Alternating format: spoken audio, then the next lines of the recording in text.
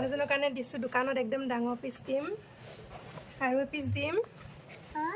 আৰু পিচ দিম মানে মই অলপ বেছিকৈ দিওঁ যিহেতু দোকানত কোনোবা থাকি যাব পাৰে গতিকে মিলাই খাব পাৰিব ধুনীয়াকৈ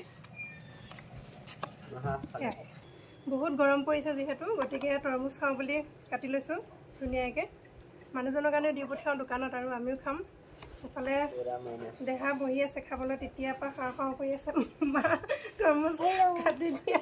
কম ডাঙৰ মিছা কথা কৈছে মা তৰমুজ কাটি দিয়া মই তৰমুজ খাম চকুটো মাৰি দিছে ইমান ৰ'দ পৰিছে নহয় একদম মানে থাকিব পৰা নাই গৰমত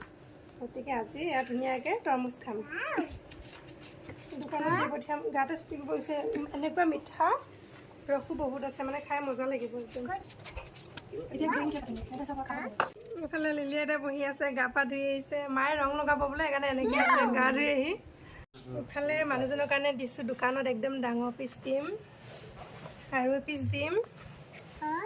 আৰু পিচ দিম মানে মই অলপ বেছিকৈ দিওঁ যিহেতু দোকানত কোনোবা থাকি যাব পাৰে গতিকে মিলাই খাব পাৰিব ধুনীয়াকৈ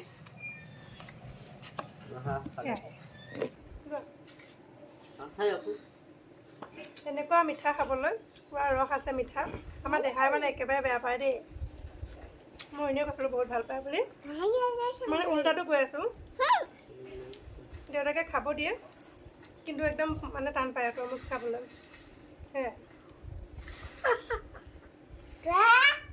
ৱাও কথা কৰোঁ বহুত মিঠা মায়ে ধক খাই গৈছে ইমান ৰস মানে খাইছা ভাল বস্তু খাব লাগে দেই